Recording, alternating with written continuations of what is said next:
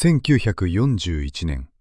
昭和16年12月8日。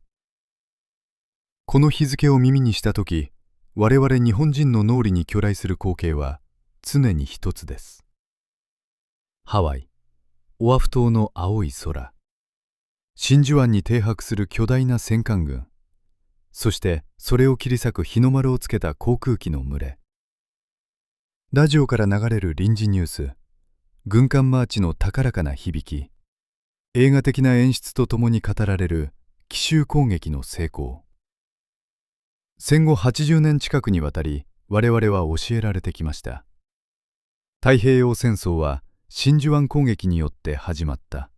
と。しかしあえて断言します。その認識は歴史の半分しか語っていません。いや、最も重要な戦争の本質を覆い隠してしまっていると言わざるを得ないのです。ハワイで淵田光雄中佐がトラトラトラを打電するおよそ1時間50分前、日付変更線を越えた数千キロの彼方、マレー半島の北端、コタバル。真珠湾の華々しい空の戦いとは対照的に、暗闇と泥、そして激しい雨の中で帝国陸軍第25軍による決死の上陸作戦がすでに開始されていました。英国軍の機関銃がうなりを上げ、波打ち際が日本兵の鮮血で染まる中、歴史の歯車はハワイよりも先にこの熱帯の海岸で回り始めていたのです。なぜ教科書はこの最初の激戦を真珠湾の影に隠してしまうのか。そしてなぜ大本営はハワイではなくマレーを主戦場と定めたのか。今回は1941年12月8日のタイムラインを分刻みで再構成し、コタバル上陸作戦という忘れられた海戦の真実を徹底的に解剖します。これは単なる戦史の修正ではありません。あの戦争が何のために戦われたのか、その原点を問い直す旅なのです。なぜマレーだったのか。その答えを解き明かすには、時計の針を開戦から数ヶ月前まで戻さねばなりません。当時の日本が直面していたのは ABCD 包囲網による経済封鎖、とりわけアメリカによる石油禁輸という国家に対する死刑宣告でした。近代戦において石油は血液そのものです。艦隊を動かす重油、航空機を飛ばすガソリン、これらがなければ当時世界第3位の海軍力を誇った連合艦隊もただの鉄の塊と化します。当時の日本の石油備蓄は平時換算で約2年分。しかしひとたび戦争が始まればその消費量は跳ね上がり、わずか1年半で底をつくと試算されていました。一日一日と時間が経過するごとに日本の国力は滴り落ちる血液のように失われていく。いわゆるジリ貧の恐怖です。この状況を打破する唯一の解、それはアメリカから買えなくなった石油を自らの力で確保することでした。ターゲットはオランダ領東インド、現在のインドネシアにあるパレンバン油田です。しかし日本本土からインドネシアへ至る洋上ルート、いわゆるシーレーンの真横にはイギリスの東洋艦隊が拠点を置くシンガポールとマレー半島が横たわっています。ここを放置して南下すれば輸送船団は側面から攻撃され海の藻くずとなるでしょう。つまり石油を手に入れるためにはまずマレー半島を制圧し、イギリスの要塞シンガポールを陥落させることが戦略上の絶対条件だったのです。これこそが大東亜戦争の主作戦でした。では真珠湾とは何だったのか。あれは主役である陸軍がマレーを攻略している間、アメリカ太平洋艦隊が横槍を入れてくるのを防ぐため、その足を止めることを目的とした試作戦、脇役に過ぎなかったのです。ここに我々が抱く真珠湾中心士官と当時の軍部が描いた現実の戦略図との決定的な乖離が存在します。マレー攻略の指揮官に任命されたのは、マレーの虎の異名で知られることになる猛将、山下智之中将でした。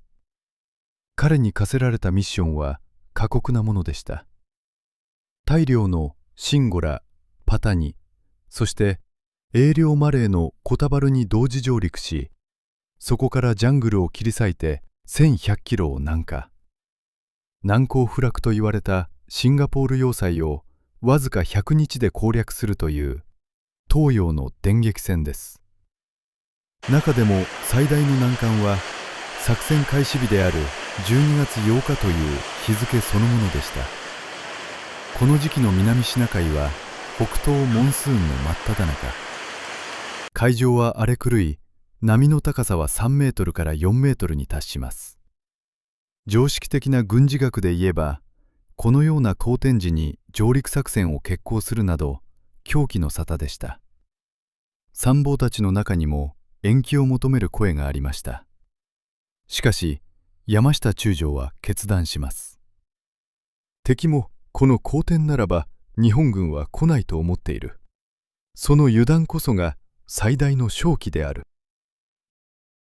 彼は自然の猛威すらも味方につける堅根一滴の奇襲を選んだのです。運命の12月8日未明、南シナ海の闇の中を日本軍の輸送船団が進んでいきます。コタバル沖に到達した淡路三丸、綾戸丸、桜丸の3隻から匠広少将率いる匠支隊歩兵第56連隊の兵士たちが上陸用舟艇大発へと乗り移っていきます。波は荒く、舟艇は木の葉のように揉まれました。船酔いに苦しむ兵士、重装備のまま海に投げ出される兵士。そして午前1時30分過ぎ、日本時間です。先頭の舟艇がコタバルの砂漠海岸に接近したその瞬間、静寂は破られました。海岸線に構築された英印軍の統治下から激しい重機が浴びせられたのです。イギリス軍はこの悪天候にもかかわらず厳戒態勢を敷いていました。奇襲の効果は薄く、まさに敵前強行上陸となりました。ハワイの空で最初の爆音が響くおよそ1時間50分前の出来事です。コタバルの海岸は地獄と化しました。波打ち際には何十もの鉄条網が張り巡らされ、砂浜には地雷が埋設されています。上陸用舟艇のハッチが開いた瞬間、待ち構えていた機関銃弾が内部に飛び込み、兵士たちが次々と波倒されます。生存者の証言によれば、舟艇から降りた瞬間に隣の戦友の頭が吹き飛んだ。海の水が赤く染まり、死体の山を乗り越えて進んだと言います。それでも日本軍は止まりませんでした。工兵隊は自らの肉体を盾にして鉄条網に突っ込み、破壊塔で爆破して結露を開きます。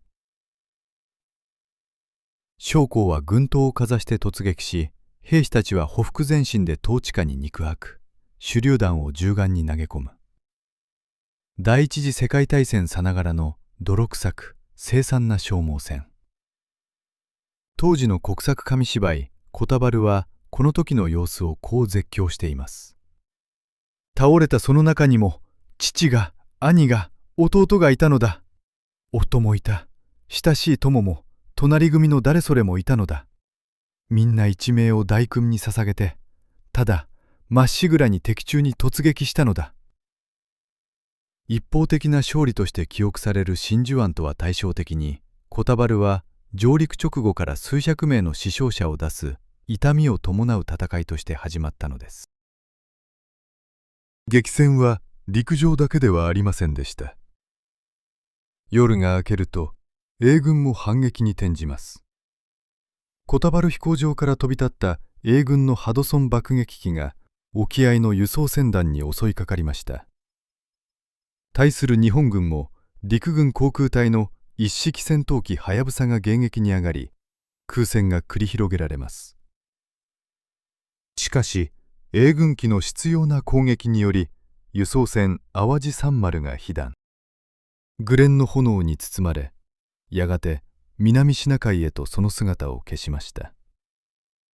真珠湾攻撃において日本側の艦艇損失はゼロでした。しかしマレー沖では開戦初日にして早くも貴重な輸送船が失われていたのです。これは太平洋戦争において日本が最初に失った船舶の一つとして記録されています。空、陸、そして海。コタバルの一日はスマートな奇襲作戦などではなく、敵味方が入り乱れ双方が出血を強いられる総力戦の様相を呈していました。それでも匠支隊の不撓不屈の関東により、8日の午後には飛行場の一角を占領。翌9日にはコタバル飛行場を完全制圧することに成功します。この飛行場の確保こそがその後のマレー沖海戦における海軍航空隊の出撃拠点となり、戦艦プリンス・オブ・ウェールズ撃沈という歴史的戦果へとつながっていくのです。この海戦の一報を地球の裏側ロンドンで受け取った男がいました。イギリス首相ウィンストン・チャーチルです。彼は回顧録第二次世界大戦の中でこの夜の心境を奇妙な言葉で綴っています。その夜、私は救われた者の眠りを貪った。自国の領土が侵略され、多くの将兵が死傷し、極東の拠点が危機に瀕しているにもかかわらず、なぜ彼は救われたと感じ安眠できたのでしょうか。それは日本が真珠湾を攻撃してくれたからです。チャーチルが最も恐れていた悪夢のシナリオ。それは日本が英領マレーとオランダ領東インドだけを攻撃し、アメリカには指一本触れないことでした。当時のアメリカ世論は他国の戦争には介入しないという孤立主義が強く、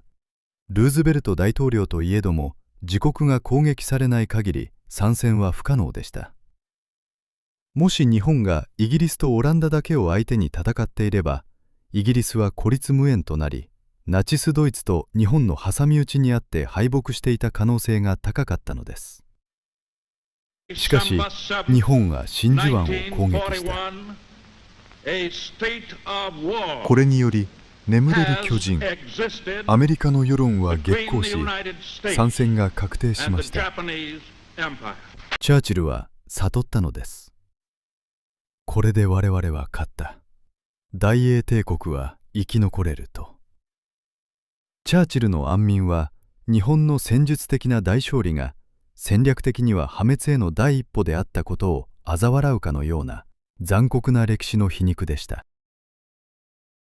ではなぜ戦後の我々はこの重要なコタバルの戦いを忘れてしまったのでしょうか。それには戦中と戦後2つの政治的な理由が存在します。まず戦時中、軍部やメディアにとって泥沼の地上戦や輸送船の沈没というニュースよりも、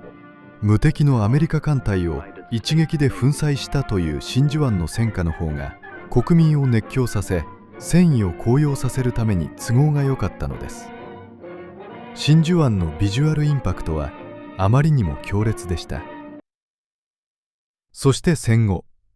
今度は GHQ による占領政策が影響します。アメリカにとって真珠湾攻撃は卑劣な騙し討ちであり、自国が正義の戦争を行うための絶対的なシンボルでした。リメンバー・パールハーバー。このスローガンを日本人に植え付け、罪の意識を持たせるためには、開戦の原因はすべて真珠湾になければならなかった。そこに資源確保のための生存権戦争という日本の論理が色濃く反映されたマレー作戦の入る余地はなかったのです。こうして勝者にとっても敗者にとっても都合のよい物語が作られ、コタバルの真実は歴史の教科書の片隅へと追いやられていきました。今、マレーシア・コタバルの砂漠海岸には、かつての日本軍の上陸を阻んだ統治下の残骸がひっそりと波に現れています。平和な風景の中に残るコンクリートの塊、それはあの日およそ1時間50分の潜行がなければ歴史はどう変わっていただろうかと我々に問いかけているようです。もちろん歴史にもしは禁物です。しかし一つだけ確かなことがあります。あの大戦は決してハワイの青い空の下だけで起きた遠い出来事ではないということ。